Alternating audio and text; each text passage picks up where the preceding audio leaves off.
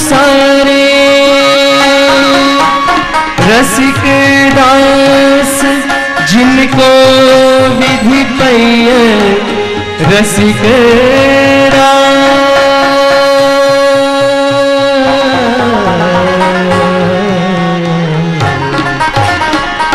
रसिक दास जिनको विधि पैयत दो नैनन के तारे दो नैनन के तारे श्री वल्लभ के प्यारे श्री वल्लभ के प्यारे मिले कब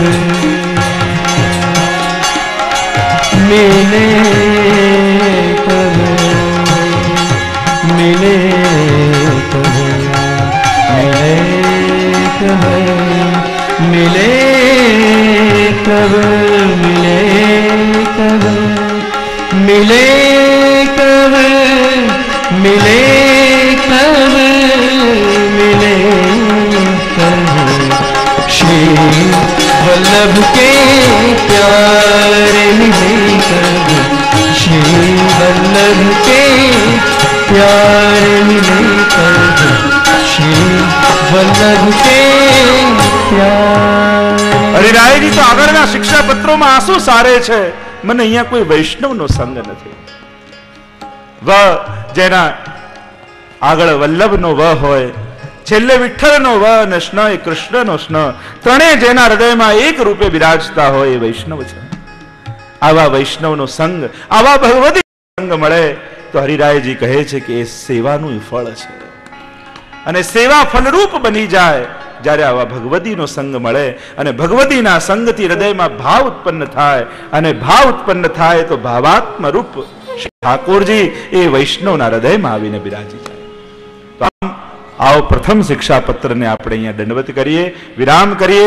શ્રી ગોવર્ધનનાથ કી જય, શ્રી વલ્લભાધીશ કી જય, શ્યામ સુંદર શ્રી અમને શ્રી ગુસાઈજી પરમ દયાળ કી જય, શ્રી હરિરાય મહાપ્રભુ કી જય.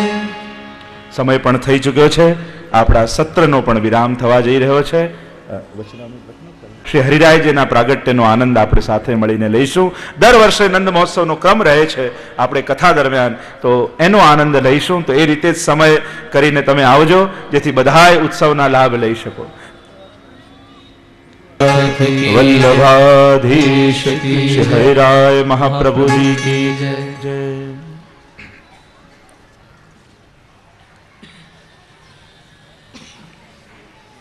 नमो भगवते तस्मै कृष्णाय अद्भुत कर्मणे रूप नाम विभेदेन जगत क्रीडति यो यतः प्रभुर्नंद कुमारो में स्वामिनी वृषभानुजा कृतार्थोहम कृतार्थोहम कृतार्थोहम न संशय.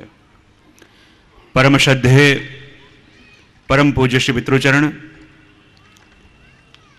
आचार्यपीठ पर विराजमान थई श्री हरिराय महाप्रभुजी ने हृदय में पधरावी પોતાની વાણી દ્વારા એ જ હરિરાયજીનો રસ વૈષ્ણવજનોને પીવડાવી રહેલા ચિરંજીવી દ્વારકેશ બાવા, સમુપસ્થિત જયદેવ બાવા, મનોથી પરિવાર, દેશ વિદેશથી આવેલા સર્વે આત્મીજનો, ખૂબ આનંદનો અવસર છે કે આજે આપણા સત્સંગનો બીજો દિવસ શ્રી હરિરાય મહાપ્રભુ વિરચિત શિક્ષાપત્રોના દર્શન આપણે કરી રહ્યા છે. જો અહીંયા પણ શિક્ષા અપાઈ રહી છે, જગતમાં સ્કૂલોમાં જઈએ ત્યાં પણ શિક્ષા અપાય, અહીંયા પણ શિક્ષા અપાય, બહાર પણ શિક્ષા અપાય, પણ બંને શિક્ષામાં ફરક શું? થોડા વાતમાં સમજાવું તો બહાર પણ શિક્ષા મળે, અહીંયા પણ મળે, બંનેમાં ફરક એટલો કે બહાર સ્કૂલોમાં જે શિક્ષા મળે એ પેટ માટે છે અને અહીંયા જે શિક્ષા મળે એ ઠેઠ માટે છે. શિક્ષાની જ્યારે વાત આવે, શિક્ષાનો પણ બે અર્થ થાય.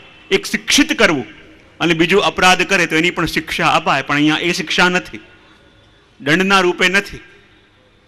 જો શિક્ષાની વાત જ્યારે લૌકિકની અંદર પણ આવે તો લૌકિકમાં જીવનના એવા ઘણા બધા પડાવો હોય કે જ્યાં આપણે શિક્ષા મેળવી હોય, ત્યાં શિક્ષા આપી હોય. જ્યારે બાળકનો જન્મ થાય, થોડો મોટો થાય અને સૌથી પહેલાં એને સ્કૂલે મૂકવા માટે માં જાય, ત્યારે બાળકને શિક્ષા આપે. જો બેટા સ્કૂલે જાય, બીજા પણ બધા વિદ્યાર્થી હશે, બહુ વાતો વ્યર્થ કરતો નહીં, ભણાવતા હોય ભણવામાં ધ્યાન આપજે, સારો વિદ્યાર્થી બનજે. જ્યારે એ જ બાળક મોટો થાય, કોલેજમાં ભણતો થાય અને ત્યારે એવો ખોટો સંગ લાગે, ખોટા છોકરાઓ સાથે ફરતો હોય, ત્યારે પણ પિતા એને શિક્ષા આપે કે જો બેટા તું ત્યાં ભણવા માટે જાય છે, તારું લક્ષ્ય ભૂલતો નહીં, તારું કાર્ય છે ભણવાનું. એવા ઘણા બધા વિદ્યાર્થી હશે જેની જોડે તું બેસીશ તો તારું લક્ષ્ય ચૂકી જઈશ, અને એવા ઘણા વિદ્યાર્થી હશે જેની જોડે રહીશ તો લક્ષ્ય તું આસાનીથી મેળવી શકીશ. ત્યારે પિતા શિક્ષા આપે, ત્યારે પિતા ઉપદેશ આપે. હજી ત્યારે મોટો થાય, જ્યારે કઈ વ્યવસાય માટે ઝંપલાવે અને ત્યારે એવા કેટલાક અનુભવી અને શિક્ષા આપે કે જો આ લાઈનમાં જા તો સફળતા જલ્દી મળશે, આ પ્રકારે કર તો સફળ થઈશ. વિવાહ થાય ત્યારે પણ શિક્ષાવાળા આપે કે જો આવી રીતે અન્ડરસ્ટેન્ડિંગ રાખજે, આવી રીતે એકબીજાને સમજવાનો પ્રયત્ન કરજો તો આ ગૃહ જીવનને નિભાવી શકીશ. કન્યાનું પણ દાન કરનારા માતા પિતા પણ કન્યાને સમજાવે, જો બેટા હવે સાસરે જાય તો આવો વ્યવહાર રાખીશ તો તારા પતિને પ્રિય થઈને રહીશ. બરાબર? તો આ જીવનના હરેક મોડમાં અલગ અલગ રીતે આપણે શિક્ષા મેળવી છે.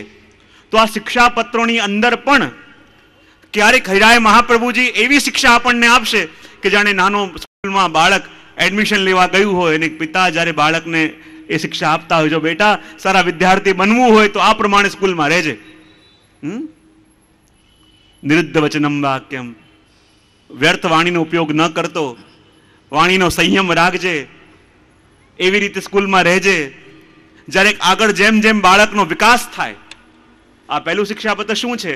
જેમ એક બાળકનું એડમિશન કરાવવા માટે માં સ્કૂલમાં લઈ ગઈ હોય અને એનાથી પહેલા જે સૂચનાઓ અપાય કે સારા વિદ્યાર્થી કેવી રીતે બનવું, અને જેમ જેમ શિક્ષાપત્ર આવશે કેવી રીતે એ જીવનો વિકાસ થાય, એવી રીતે શ્રી હરાય મહાપ્રભુજી એ જીવને પણ એક લક્ષણની શિક્ષા આપશે. જેવું ને કેવો જીવ કે જેનું મન આ સંસારમાંથી ઉદ્વિગ્ન છે, પણ સંસારમાંથી ઉદ્વિગ્ન મન છે એટલું વૈષ્ણવ માટે પૂરતું નથી. કૃષ્ણ દર્શનની લાલસા છે એ એનું ફલરૂપતા છે.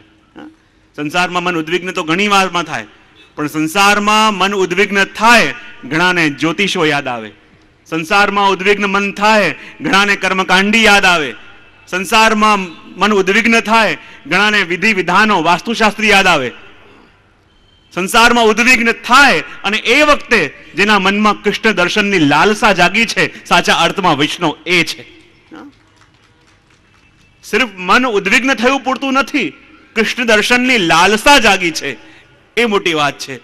અને વૈષ્ણવની વ્યાખ્યા આપણે સાંભળી કે વૈષ્ણવ કોણ? કે જેને શ્રી વલ્લભના ચરણારવિંદમાં આશ્રય છે.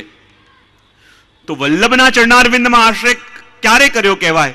શ્રી મહાપ્રભુજીની એક માળા ફેરી એટલે, શ્રી મહાપ્રભુજીના બેઠકજીમાં જઈને મહિનામાં એકવાર ઝારીજી ભરી આવી એટલે, શ્રી મહાપ્રભુજીના ચરણારવિંદમાં આશ્રય કોને કહેવાય? શ્રી વલ્લભનું જે સ્વરૂપ આપણે ત્યાં છે, આપણા આચાર્યોએ શ્રી વલ્લભ 6 સ્થાનોમાં નિત્ય વિદ્યમાન છે એમ આપણા આચાર્યો બતાવ્યું. બેઠકજીમાં જઈને શ્રી મહાપ્રભુજીના દંડવત પ્રણામ કરીએ, શ્રી વલ્લભના ચિત્રજી બિરાજતા હોય દર્શન કરીએ, એ તો વલ્લભનો આશ્રય છે. પણ જ્યાં બેઠકજી બિરાજે છે ત્યાં પણ જ્યારે આપણે જઈએ તો હંમેશા કહેતો હોઉં કે શ્રી વલ્લભનો આશ્રય એટલું ન માનતા કે ઝારીજી ભર્યા એટલે વલ્લભની સેવા થઈ ગઈ.